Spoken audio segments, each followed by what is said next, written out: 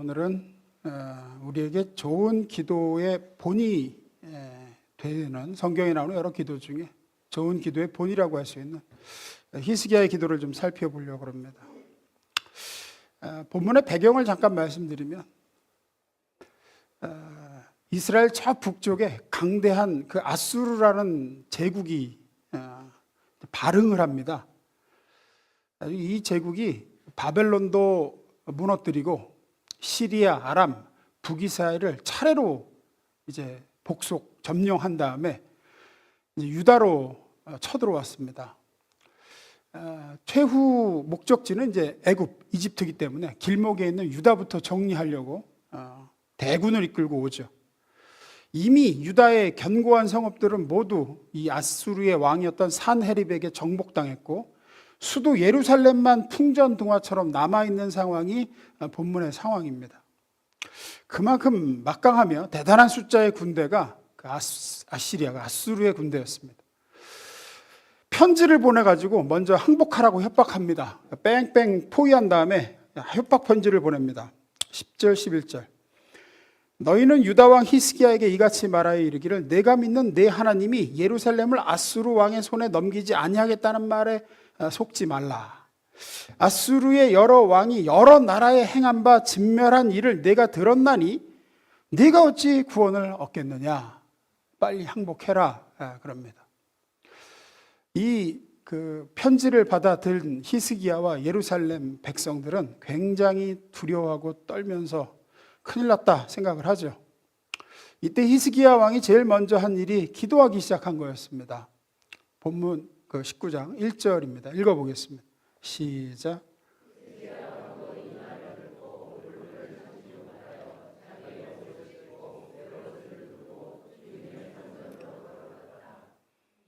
히스기야가 이 소리를 듣고 옷을 찢고 이제 굵은 배를 입었다고 기록되어 있습니다.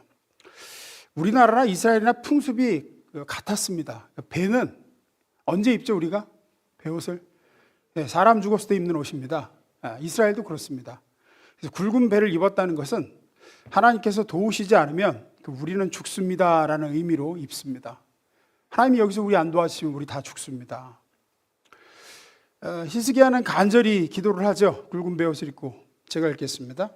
여호와여 귀를 기울이서 들으소서. 여호와여 눈을 떠서 보시옵소서.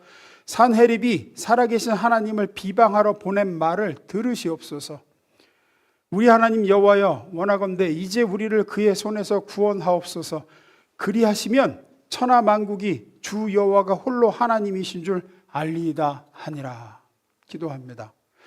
이렇게 히스기야가 간절히 기도하자 또 하나님 히스기야와 함께한 백성들도 방백들도 다 기도하고 뒤에 나누겠지만 선지자 이사야도 같이 기도를 합니다.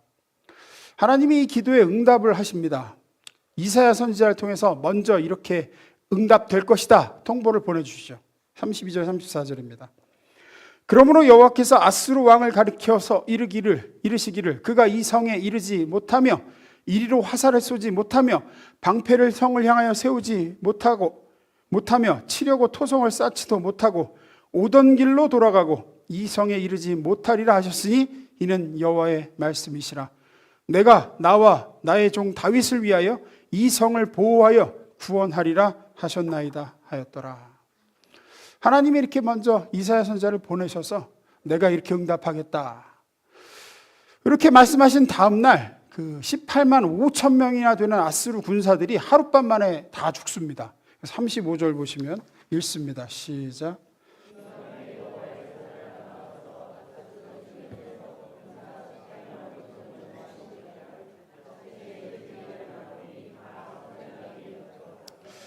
예, 이런저런 기록에 보면은 아마 큰 전염병이 돌아서 급성 전염병으로 죽은 것 같다. 방법은 모르겠습니다. 하지만 확실한 건 하나님이 그 밤에 그들을 치셨다는 겁니다. 그래서 다 죽고 얼마 안 남은 군사들을 데리고 이 아수르 왕은 항복하라 그랬던 산헤립은 자기 나라로 돌아갑니다. 돌아가서 얼마 안 돼서 반란을 일으킨 자기 아들 손에 죽습니다. 왕위를 뺏기죠. 모든 일이 하나님의 응답대로 이루어졌습니다. 이 히스기야의 기도와 응답에서 오늘 좀 세 가지를 나눠보려고 합니다. 첫 번째 읽어보겠습니다. 시작.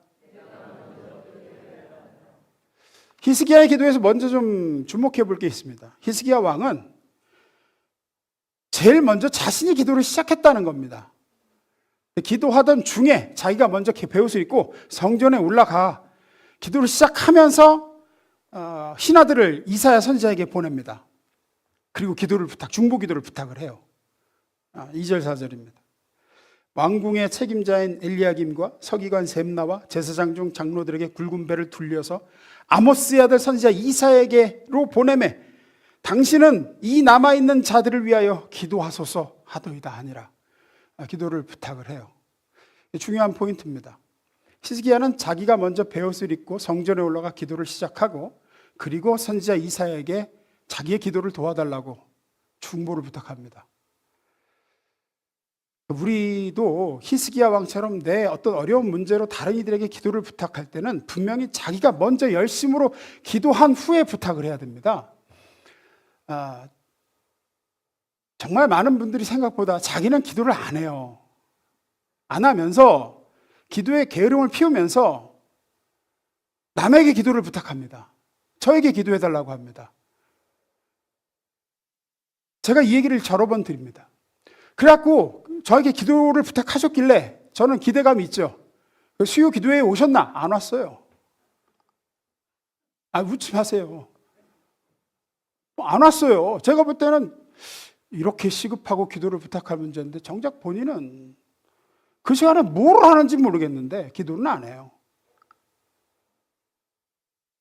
여러분, 이렇게 자기는 기도에 게으름을 피우면서 남에게 중보를 부탁하는 경우 사실상 그 기도를 하나님이 응답하시리라 기대하기는 어렵습니다. 왜 그러냐? 왜가 더 중요해. 왜 그러냐? 하나님께서 우리에게 이런저런 기도거리를 주시죠. 삶에. 그렇게 해서 기도하게 하시는 이유가, 가장 큰 이유가 어디 있느냐? 하나님의 살아계심을 체험케 하시려고 그러는 경우가 가장 큰 이유 중에 하나예요. 우리는 문제가 생기거나 위기가 닥치면 그것을 해결해 주시는 응답받는 데 초점을 두고 거기 매달립니다. 그래서 여기 기도 부탁하고 저기 기도 부탁하고. 그러나 사실상 하나님의 관심은 응답에 있기보다는 우리가 그 문제와 위기를 통해 하나님께 나아가고 하나님께 매달리고, 그래서 하나님이 정말로 살아계시고 내 기도를 들으시는구나, 내가 기도하면 이렇게 역사하시는구나 하는 사실을 기도하는 사람으로 하여금 직접 체험케 하는 데에 있습니다. 하나님의 의도와 목적은 거기 있다고요. 교회 안에는 이런 응답하시는 하나님을 체험한 사람도 있고 체험하지 못한 사람도 있습니다. 이런 기도와 응답의 체험이 있는 사람, 내가 기도했더니 하나님이 내 기도를 들으시더라 라는 사람은 그렇지 못한 사람에 비해 신앙의 활력이 있고 생동감이 있고 어지간한 일에 넘어지지 않는 영적인 강단이 생기기 시작합니다. 소위 신앙이 자랍니다. 신앙이 자라려면 이 체험이 반드시 필요해요. 자기가 기도해서 응답받는 체험, 자기가 기도할 때 하나님이 어떻게 팔을 걷어붙이시는지를 보는 체험. 그래서 하나님은 우리로 하여금 당신을 체험시키기 위해서 기도하게 만드시고 이런저런 거리들을 주시고 기도 자리에 나오도록 촉구하십니다. 그런데 자기는 구하지도 않고 기도하지도 않고 그 시간에 딴짓하고 있으면서 남에게 중보 기도만 부탁해요. 이거 위에 기도해 주세요. 하나님을 체험케 하시려는 하나님의 의도와 시작부터 엇나가는 겁니다. 시작부터. 하나님은 응답 주시는데 목표가 있는 게 아니라니까요. 그래서 하나님은 아무리 중보 기도자가 열심으로 기도해 주고 아무리 하나님께 이쁨 받는 사람이 그 사람을 위해서 하나님께 매달려도 사실상 그런 기도에는 응답해 주지 않을 가능성이 대단히 높습니다. 자기가 정말로 기도한 사람만, 하나님을 대면하여 그 문제를 가지고 나아가 진지하게 하나님을 엎드린 사람만 하나님을 향해서 민감해집니다. 민감해진다는 게 뭐냐면 이제 하나님이 어떻게 일하시려나, 이런 기대감과 관찰이 생기기 시작해요. 왜? 뭐 했으니까? 내가 기도했으니까. 자기가 기도한 사람은 자기가 구한 것을 잘 알 뿐만 아니라 하나님이 내가 기도한 그 일을 어떻게 풀어가시는지, 어떻게 일하실지, 어떻게 응답하사 이 문제를 해결해 주실지에 관심이 많아지기 시작합니다. 반면에 정작 자기는 기도를 안 하고 기도 부탁만 한 사람은 관심이 없습니다. 그냥 떠넘기듯이 기도해 주세요, 기도해 주세요, 기도해 주세요. 무슨 찌라시 돌려놓고 자기는 기도를 안 하니 민감함이 없어요. 관찰도 안 해요. 설사 기도가 응답돼 문제가 해결된다 하더라도 그 주어진 응답은 그저 되려니까 된 일이고 어떤 면에서 하나님과 크게 상관없는 일이 될 가능성이 큽니다. 물론 기도해준 목사나 목자나 다른 성도들의 중보는 도움이 됐겠다고 생각은 하겠죠. 그래서 좀 고마운 마음이 만큼 있을 겁니다. 하지만 이 일을 절대적으로 하나님이 하셨다는 생각은 절대 하지 못합니다. 정작 중보 기도해 준 사람은 그 기도를 들어주신 하나님을 향해서 기쁘고 감사해서 팔짝팔짝 뛰는데 기도 부탁만 하고 자기가 안 한 사람은 심드렁해요. 응답이 와도. 아유 감사하죠. 내가 기도를 들으시고 정말로 나를 도우시는 하나님을 체험하지 못했기에 설사 응답을 받고 성취가 되었다 해도 문제는 해결되었을지 몰라도 신앙은 요만큼도 안 자랍니다. 신앙은 안 자라요. 내가 기도한 것에 대해서, 내가 매달린 것에 대해서 하나님께서 역사하시는 것을 보는 즐거움, 그것이 영적인 체험이고 하나님은 그것을 원하시는 겁니다. 하나님이 내가 부르짖은 기도를 들으셔서 어떤 일들을 행하시는가 직접 관찰해서 보고 알므로 하나님을 경험하는 것, 그 하나님을 알아가는 것, 직접 기도해서 응답받는 하나님의 도우심이 임하는 맛을 알게 되시기를 바랍니다. 자기가 기도 자리에 안 나올 거면 저한테 앞으로 부탁하지 마세요. 여러분을 위해서 전혀 도움이 되지도 않습니다. 그것이 하나님께서 우리에게 이런저런 기도거리를 주시는 이유이기 때문입니다. 내 기도는 누가 먼저? 내가 먼저. 기도하시는 저와 여러분 될 수 있기를 주의 이름으로 축원합니다. 두 번째입니다. 읽습니다. 시작. 히스기야의 기도를 보면 이렇게 기도합니다. 16절 말씀입니다. 읽어보겠습니다. 시작.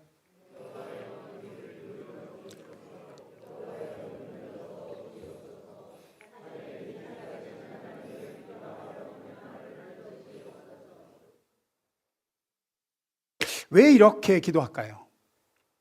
여호와여 귀를 기울여 들으소서. 여호와여 눈을 떠서 보시옵소서. 성경은 선택적 기록이기 때문에 히스기야가 성전에 올라가서 요 기도하고 끝났다는 얘기가 아닙니다.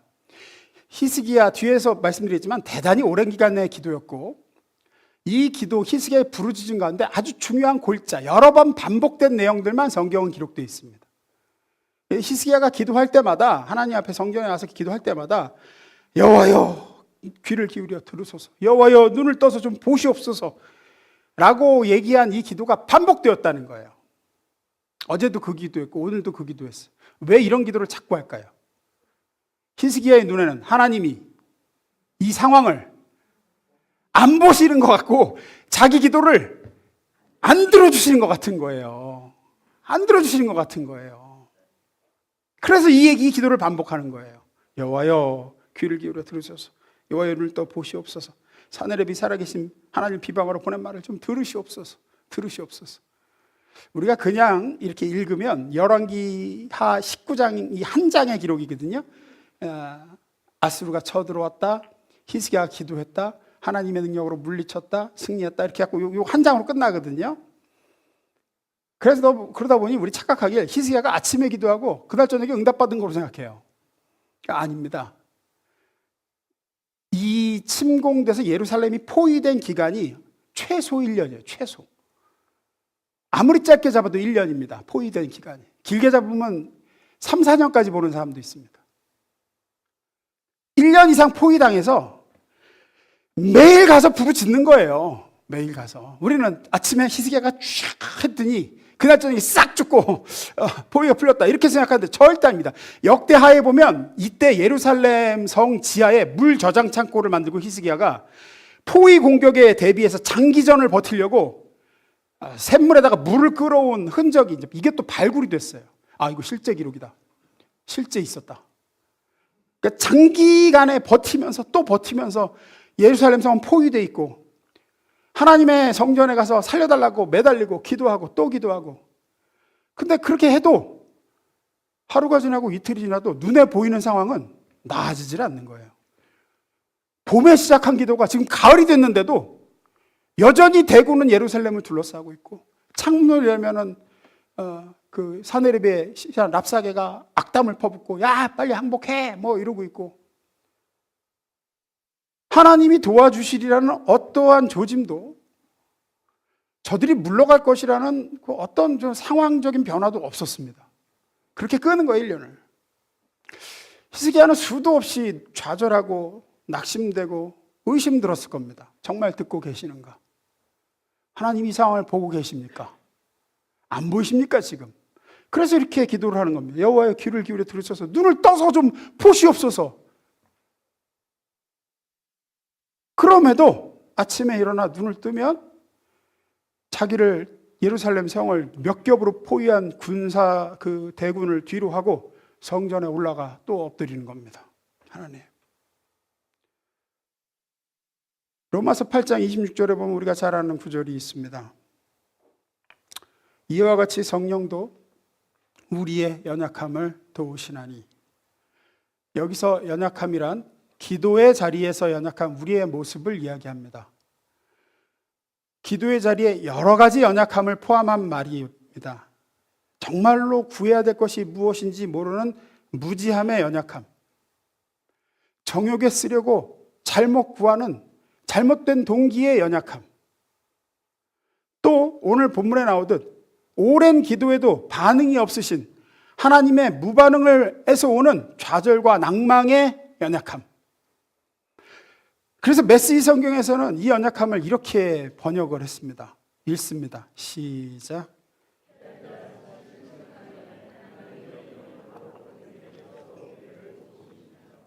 하나님의 성령께서 우리의 연약함을 도우시나니 할 때 그 도우심을 유진 피터스는 이렇게 얘기했어요. 기다리다 지치는 순간, 기도하며 또 기도하며 기다리고 또 기다리다 지쳐. 왜 지칠까요? 응답이 없어요. 무응답, 무반응이에요. 무반응. 그래서 그때 성령이 우리를 도우신다 그럽니다. 여러분, 우리의 기도 응답의 기쁨은 기도의 좌절을 수없이 맛본 후에 얻게 되는 때가 참 많습니다. 우리가 히스기야를 기도의 사람으로 많이 생각하고 히스기야가 기도했을 때마다 응답이 바로바로 온 거로 생각하는데 그렇지 않았습니다. 히스기야가 하나님이 안 계신 것 같다, 내 기도를 안 들으신 것 같다, 지금 이 상황을 안 보시는 것 같다라는 느낌을 포위 기간 동안 얼마나 많이 느꼈을까요? 하나님이 안 계신 것 같아 기도를 그만 포기하고 나가서 항복하고 싶은 날이 정말 많았을 겁니다. 안 도와주시려나 보다. 그냥 빨리 항복하는 게 백성들의 희생을 줄이는 길이 아니겠나. 우리는 아브라함이 하나님의 음성을 듣고 인도함을 받았다고 하니까 늘 그런 거 생각하지만, 우리가 알다시피 아브라함은 하나님 앞에 약속을 받고 25년간이나 무응답, 무반응의 그 시간을 25년을 기다려야 했습니다. 어떤 조짐도 없었습니다. 정작 하나님께서 25년이 지난 다음에 이제 응답의 때가 되었다, 너에게 아들을 주마, 내가 25년 전에 약속한 그 아들을 너에게 주마 했더니 창세기 17장 가면 아브라함이 그때 이렇게 반응합니다. 제가 읽어보겠습니다. 이제 내가 사라에게 복을 내려 내 아이를 낳게 하고 여러 나라의 어미가 되게 하리라. 사라가 낳은 후손들 가운데서는 많은 왕들이 나올 것이다. 그러자 아브라함이 얼굴을 땅에 대고 엎드려 웃으며 혼자 중얼거렸다. 아이고, 100살이나 먹은 늙은이가 어떻게 아이를 낳는단 말인가. 사라가 1살이나 먹었는데 아이를 낳는다고? 이렇게 이렇게 반응을 해요. 왜 이렇게 됐죠? 너무 오랜 무반응이었어요. 하나님이 너무 아무런 반응이 없었어요. 그래서 놔버렸어요. 그냥 마음속에 그 소망이 사라졌어요. 놔버렸다고요. 마지막에 뭐라 그럽니까? 재밌습니다. 읽습니다. 시작.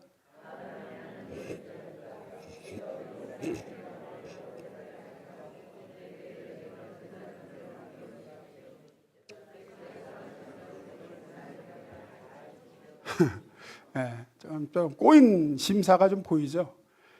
25년이나 지나서 이제 와서 무슨, 그 약속은 그래도 서자지만 자식인데 이스마엘에게나 좀 잘 지켜주십시오. 그래요. 하지만 이 긴 기다림 끝에 하나님은 정말로 그 100살과 90살의 노 부부에게 이삭이라는 아들을 주시죠.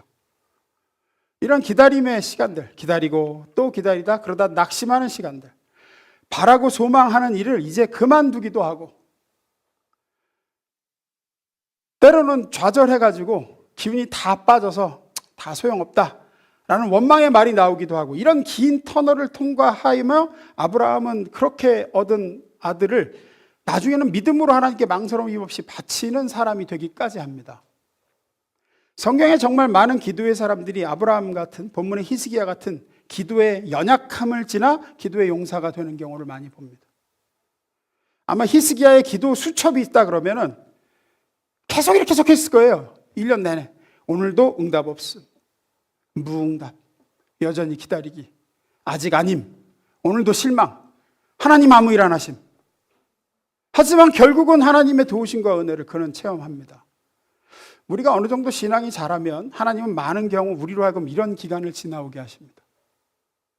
그리고 반전의 은혜, 역전의 응답의 때를 보게 하시죠. 그래서 예수님 말씀하신 억울한 일 당한 과부의 비유처럼 너희가 믿음으로 구하고 낙심하지 말아야 할 것은 하고 말씀하십니다. 믿음의 기도란 실망도 없고 의심도 없고 지치지도 않는 것, 그런 걸 얘기하지 않습니다. 믿는 자도 염려가 있고 좌절도 있고 의심도 있고 실망도 있고 지치기도 하고 흔들리고 중도 포기도 하고 다 합니다. 다 있어요. 그런데 그래도 맨 마침표가 기도 자리에서 찍히는 거예요. 그래도 히스기야는 끝끝내 성전에 올라갑니다. 그래도 주님을 바라봅니다. 이렇게 구하다가 나는 죽어도 내 기도는 살아서 응답되리라 는 믿음으로 기도합니다. 결국 하나님은 그 끈질긴 기도에 하나님의 응답의 때를 보게 하십니다. 그런 기도의 사람들 되셔서 하나님의 일하심을 보게 되시기를, 응답의 좋은 때 오는 것을 체험하게 되시기를 주님으로 축원합니다. 마지막 세 번째입니다. 읽습니다. 시작. 이 주제는 특별 새벽기도 거의 할 때마다 전하게 하시는 것 같습니다. 아마 알기를 원하시는 것 같습니다. 성경을 보면 하나님은 어떤 일을 시작하시기 전에 먼저 하나님의 백성의 마음에 기도할 마음을 불러일으키십니다. 언제나 예외 없습니다. 엊그제 나눴던 야베스의 기도 보면 그에게 지경을 넓혀주시고 환난을 벗어나 근심이 없게 해주시는 그 일을 이루시기 전에 야베스의 마음에 그 기도 제목을 놓고 평생 기도할 마음과 에너지를 넣어주셨습니다. 그래서 야베스는 그걸 놓고 계속 기도를 할 수 있었습니다. 원컨대 주께서 내게 복을 주시고 복에 복을 더하사 나의 지경을 넓혀주시고 나로 환난을 벗어나 근심이 없게 하옵소서. 그의 지경을 넓혀주시고자 하는 하나님의 계획, 그로 환난을 벗어나 근심이 없게 해주길 바라시는 하나님의 마음이 있었기에 야베스 안에 그걸 놓고 기도하거라 라는 열망을 주셨다고요. 예루살렘을 재건하는 일을 시작하기 전에 하나님은 느헤미야에게 폐허가 된 예루살렘의 소식을 듣게 하시고 그 폐허가 난 예루살렘을 회복시키기 위한 기도를 할 불붙는 마음을 먼저 넣어주셨습니다. 그것을 놓고 기도하게 하시고 그렇게 기도한 이후에 하나님은 느헤미야를 통해 예루살렘을 재건하는 일을 완성하시죠. 언제나 그렇습니다. 하나님은 어떤 좋은 것들을 이루시기 전에, 뭔가 우리에게 주시기 전에 먼저 그것을 놓고 기도할 마음을 주신다고요. 솔로몬에게 백성을 잘 다스릴 지혜를 하나님은 주길 원하셨습니다. 다윗의 아들 솔로몬이 그 대를 이어서 어느 때보다도 이스라엘을 강성하게 만드는 때를 원하셨고, 그래서 솔로몬에게 지혜를 주시기 전에 먼저 뭘 주세요? 지혜를 간절히 구하는 마음을 먼저 주셨다고요. 그래서 1000번의 제사를 드릴 마음이 그 속에서 일어난 거고, 내가 너에게 무엇을 하여 주기를 원하느냐? 너는 내게 말해봐라. 그때 단 한 번도 망설임 없이 주여 내게 듣는 마음을 주사, 주여 내게 지혜를 주사, 이 백성을 잘 다스리게 하옵소서. 그것은 솔로몬 안에서 솔로몬이 만들어낸 마음이 아니라 하나님이 넣어주신 마음이었습니다. 뭐 하려고? 지혜 주시려고. 따라서 어느 순간 갑자기 기도하고 싶다면 그것은 누가 하신 일일까요? 하나님이 하신 일입니다. 열왕기하 19장 오늘 본문 14절 15절 봅니다. 읽어보겠습니다. 시작.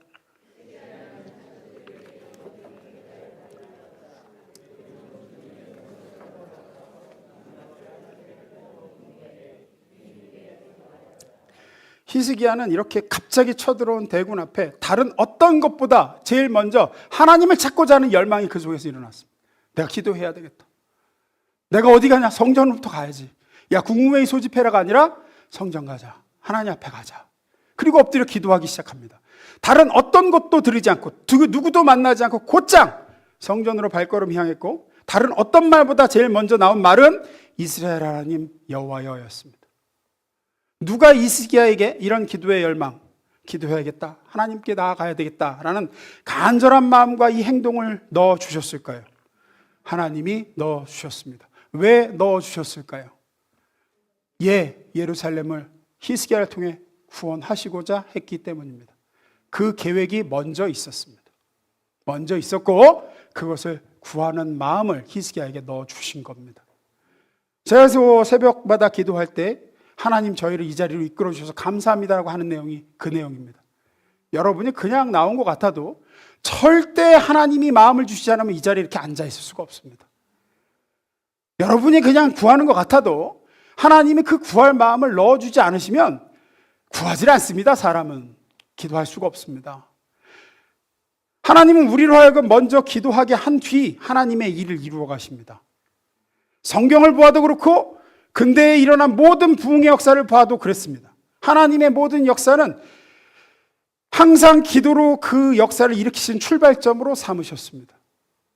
내 안에 이상하게 기도가 일어나고 있다면 기도에 따른 열망, 내 안에 간절함이 생겨나고 하나님을 찾아야 되겠다. 내가 하나님 앞에 나아가야 되겠다. 이건 평범한 일이 아닙니다. 하나님께서 무언가 일을 시작하시려는 전조 증상입니다. 그래서 가장 무섭고 절망적인 태도는, 가장 상태가 안 좋은 건 기도할 마음 자체가 아예 안 드는 거예요. 이게 가장 절망스럽고 가장 무서운 상태입니다. 기도해야 되겠다는 생각이 안 드는 거예요. 힘들긴 힘들어. 괴롭긴 괴로워. 근데 기도할 마음은 안 들어. 특별 새벽 기도에 나아가 봐야겠다. 요만큼도 안 생겨.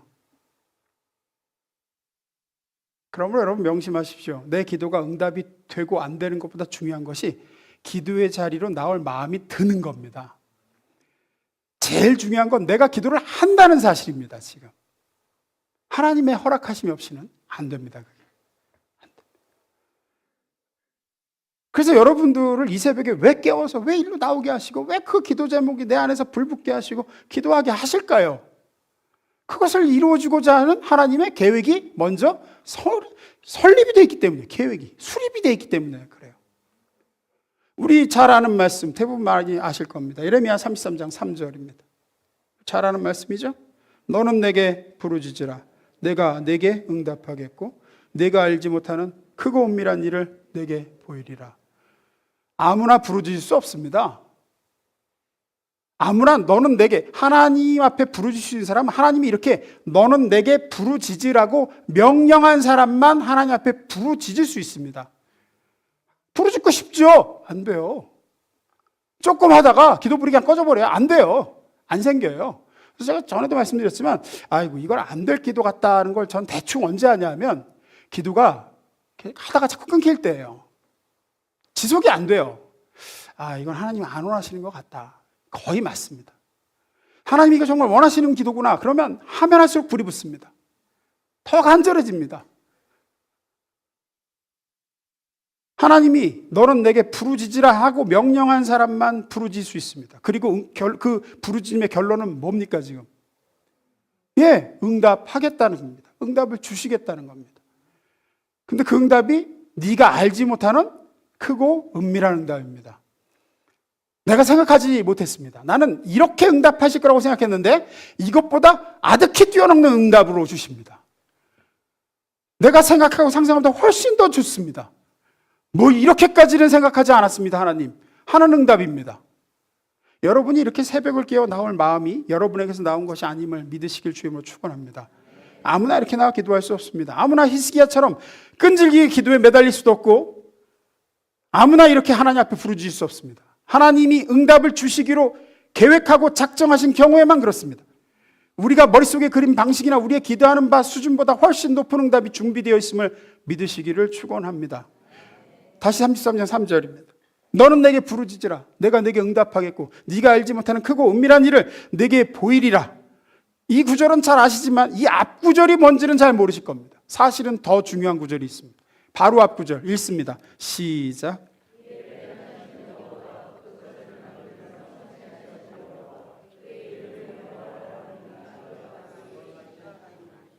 기가 막힌 말씀입니다. 일을 행하시는 여호와, 그것을 만들며 성취하시는 여호와, 그 이름을 여호와란 이가 이같이 이르는데 너는 내게 부르짖으라요.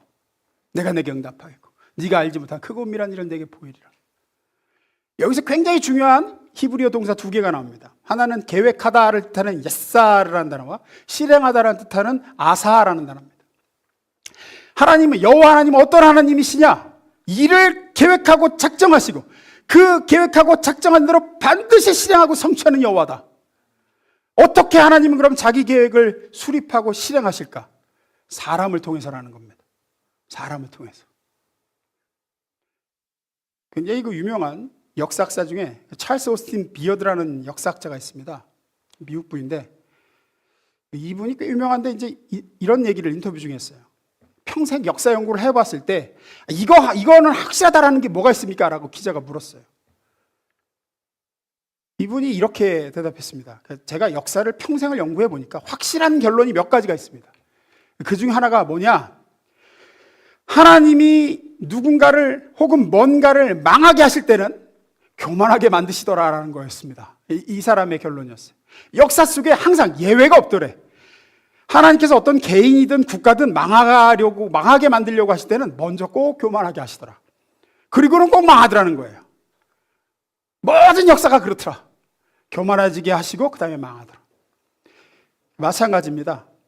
하나님께서 뭔가 우리에게 좋은 걸 주시고자 할 때, 우리가 감히 꿈꾸지도 상상으로도 생각하지 못한 것들을 이루시고자 하실 때는 뭐부터 하시느냐? 기도하게끔 하십니다. 망하게 할 때는 교만하게 하시고요. 하나님이 뭔가 선물을 주실 때는 뭐부터 한다고요? 기도하게끔 하세요. 기도하게끔. 다시 아까 그거 좀 떼어놓으세요. 2절. 일을 행하시는 여호와, 그것을 만들며 성취하는 여호와, 그 이름을 여호와라는 이가 이같이 이르시도다. 너는 내게 부르짖으라. 그 부르짖음이 내게 허락했다. 왜 내가 너한테 부르짖음을 허락했는지 아느냐? 내가 그것을 계획했기 때문이다. 내가 작정했기 때문이다. 너에게 그것을 이루어 주기로. 그래서 내가 너에게 부르짖음을 허락한다. 부르짖을 마음을 넣어준다. 힘을 준다. 부르짖으라. 내가 너에게 응답하겠고 네가 알지 못하는, 네가 감히 생각하지 못한 일들을 내가 이루어 줄 것이다. 이 말씀을 원어의 뉘앙스를 그대로 살리면 이렇게 됩니다. 무엇이든지 이 구절, 일을 행하시는 여호와, 그것을 만들며 성취하는 여호와, 이것을 그대로 하면 이렇게 돼요. 무엇이든지 나 여호와가 하려고 계획하고 마음먹으면 그것이 현실이 된다, 이 뜻이에요. 어떻게 현실이 되느냐? 너로 하여금 기도하게 만들어서 그 기도의 응답으로 현실이 되게 할 것이다, 이 뜻이죠. 일을 작정하시고 그 작정하신 바대로 성취하시는 여호와께서 오늘 저와 여러분에게 이 새벽을 깨워 이 자리에 오도록, 그리고 기도하도록 허락하셨습니다. 마음을 부어 넣어 주셨습니다. 자고 싶은 마음을 뒤로 하고 기도해야 되겠다, 오늘도 나가야지 하는 마음을 주셨습니다. 여러분에게서 자가발전으로 생성된 마음이 아닙니다. 그러니 기대하며 기도하시길 주임으로 축원합니다. 아무나 이렇게 나와 부르질 수 있는 거 아닙니다. 허락받았기 때문입니다. 왜 허락받았습니까? 하나님의 작정과 계획이 있기 때문입니다. 어떤 의미로 그래서 기도는 내가 하는 것이 아닙니다. 하나님이 기도하게 하시는 겁니다. 이 새벽 저와 여러분의 기도를 하나님이 이끌어 가십니다. 때문에 기도를 한다는 것은 우리의 노력이기 전에 이게 은혜예요. 은혜. 내가 기도했다는 마음이 들었다는 것, 기도할 열심과 간절함이 내 속에 자리 잡았다는 것, 새벽을 깨워 이 자리에 이렇게 있다는 것, 아버지의 이름을 부르며 구하고 찾는다는 것 자체가 이미 우리에게 좋은 것들로 주고 주기를 원하시는 하나님의 계획의 일환이요, 우리를 인도하고 계시다는, 복된 미래를 계획하고 계시다는 강력한 증거인 줄로 믿습니다. 기도는 반드시 응답됩니다. 여러분이 바라는 대로, 바라는 그것이 아니더라도 더 나은 방식으로, 감히 생각하지 못한 더 좋은 것을, 기대하지도 않은 더 좋은 때에 주십니다. 열심히 기도했는데 안 주시더라. 내가 작년 특세에도 내가 열심히 기도했는데 안 주셨는데 무슨 그런 얘기를 하냐. 그때 그렇게 열심히 기도하게 하신 이유는 반드시 있습니다, 여러분. 지금 안 보일 뿐입니다. 기도는 헛된 게 없습니다. 하나님이 그때 기도하게 하셨다면 여러분이 나중에 까먹고 아브라함처럼 아유 언제더라 그 약속 받은 지가 그때에 하나님이 너 그때 기도했지? 지금이야 라고 말씀하실 겁니다. 아무 이유 없이 기도에 열망을 주시는 분이 아니고 아무 이유 없이 그렇게 열심히 기도하도록 만드시는 분이 아닙니다. 그러므로 마음 주신 대로 소원과 열망을 넣어 주신 대로 부르짖으십시오. 그거는 내가 해야 될 일입니다. 부르짖는 나의 의지적인 행위가 하나님의 뜻을 성취하는 데 반드시 톱니바퀴처럼 들어가 있어야 됩니다. 열망 주신 대로 순종하여 부르짖으면 하나님이 히스기야에게 하셨듯 크고 놀라운 새 일을 저와 여러분의 삶에도 행하실 줄로 믿습니다. 기도하겠습니다.